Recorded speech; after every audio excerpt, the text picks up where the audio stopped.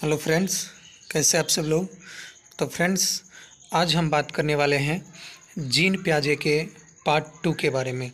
अगर आपने अभी तक पार्ट 1 नहीं देखा तो पार्ट 1 जाके देख लें, क्योंकि बिना पार्ट 1 देखे आपको पार्ट 2 समझ में नहीं आने वाला है। तो आइए वीडियो को स्टार्ट करते हैं। अगर आप इस चैनल पर नए हैं तो चैनल को सब्सक्राइब कर लें। आज के वीडियो में हम बात करने वाले हैं प्री ऑपरेशनल स्टेज, यानी कि पूर्व संक्रियात्मक अवस्था। इस अवस्था में बच्चा 2 साल से 7 साल के बीच होता है और इस अवस्था में बच्चा सामने आने वाली चीज़ को देख पाता है, समझ पाता है, लेकिन कोई क्रिया रिएक्शन नहीं कर पाता है। इस अवस्था में बच्चे दूसरे के दृष्टिकोण को नहीं समझ पाता है। इस अवस्था में बच्चे में प्रतीकात्मक विचार आने लगते हैं। इस अवस्था में बच्चा सिंबल का यूज करना सीख जाता है, उसमें निपुण हो जाता है। इस अवस्था में बच्चे में लक्ष्य निर्देशक व्यवहार आ जाते हैं।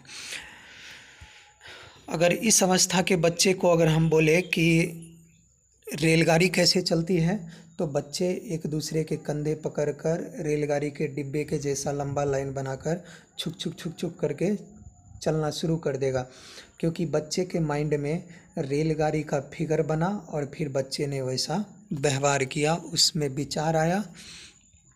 आगे हम लोग बात कर लेते हैं। इसमें कुछ संक्रियाएं, ऑपरेशंस दिए गए हैं, उसके बारे में एक एक करके चर्चा कर लेते हैं। सबसे पहला हमारा है एनिमिज्म, यानी कि जीववाद। इस अवस्था में क्या होता है, तो इसमें बच्चा सजीव और निर्जीव वस्तु में अंतर नहीं कर पाता है। इसको हम एक उदाहरण से समझते हैं। आपके सामने एक उदाहरण है। एक बच्ची छोटी सी है और दूसरे साइड उसका गुड्डा बैठा हुआ है। बच्ची क्या कर रही है कि गुड्डे को भी चाय पीने दे रही है, जबकि हम लोग जानते हैं कि गुड्डा एक निर्जीव है और ये चाय नहीं पी सकता है, लेकिन ये बात बच्ची नहीं जान पाती है। यानी कि जीववाद में क्या होता है कि कोई भी बच्चा सजीव और निर्जीव में अंतर नहीं कर पाता है। अगला हम लोग देख लेते हैं। आगे है ईगोसेंट्रिज्म, यानी कि अहम केंद्रित। जब बच्चा यह सोचना शुरू कर देता है कि मैं जो सोच रहा हूँ, मैं जो कर रहा हूँ वही ठीक है, बाकी सब दुनिया बेकार है, तो इसको कहते हैं अहम केंद्रित। एक उदाहरण से समझते हैं। एक साइड छोटी बच्ची बैठी हुई है, उसकी बड़ी सिस्टर बैठी हुई है। आप टेबल पर देख रहे हैं कि 3 पहाड़ के बनाए हुए टुकड़े रखे हुए हैं। इसकी सिस्टर बोल रही है, मैं नंबरिंग कर देता हूँ, ये 1 2 3। इसकी सिस्टर बोल रही है कि सबसे बड़ा पहाड़ ये 2 नंबर वाला है, लेकिन बच्ची क्या बोल रही है कि नहीं, सबसे बड़ा पहाड़ 1 नंबर वाला है, और तुमको भी मानना पड़ेगा कि सबसे बड़ा पहाड़ 1 नंबर वाला ही है। तो इसी को कहते हैं अहम केंद्रित। अगला हमारा है अपलटावी का गुण। इसमें बच्चा वस्तु या संख्या को उलटना पुलटना नहीं सीखता है। जैसे उदाहरण के लिए अगर हम बच्चे से पूछें कि 3 + 2 बताओ कितना होता है, तो बच्चा बोल देगा 5। लेकिन अगर उसी को हम थोड़ा सा पलट दें कि 5 - 3 कितना होता है, तो बच्चा आंसर नहीं दे पाएगा। तो बच्चे में इसमें अपलटावी का गुण नहीं आ पाता है। अगला हमारा है सेंट्रेशन, केंद्रीकरण। इसमें बच्चा एक समय में किसी वस्तु के एक विशेषता पर ही ध्यान दे पाता है, तो इसे कहते हैं केंद्रीकरण। जैसे उदाहरण के लिए आपके सामने एक फ़ोन का पिक्चर दिया गया है। अगर हम किसी बच्चे के हाथ में फ़ोन दें तो बच्चा या तो उसमें गेम खेलेगा या तो यूट्यूब पर कार्टून देखेगा, लेकिन बच्चा को इससे मतलब नहीं है कि फ़ोन का और भी यूज़ है। आगे हम लोग देख लेते हैं कंजर्वेशन, संरक्षण। किसी वस्तु के शेप या साइज में परिवर्तन करने पर उसके मात्रा में कोई फर्क नहीं पड़ता है, यह बात बच्चा नहीं समझ पाता है। इसी को कहते हैं संरक्षण। एक उदाहरण से समझते हैं। एक कोई बच्चा है, उसके सामने टेबल पर 2 गिलास में बराबर पानी है। अब 1 गिलास के पानी को हमने ट्यूब में डाल दिया।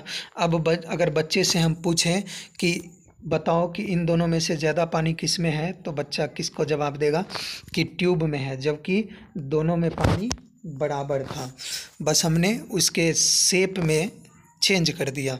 तो ये चीज़ बच्चा नहीं कर पाता है। अगला हमारा है सीरिएशन, क्रमबद्धता।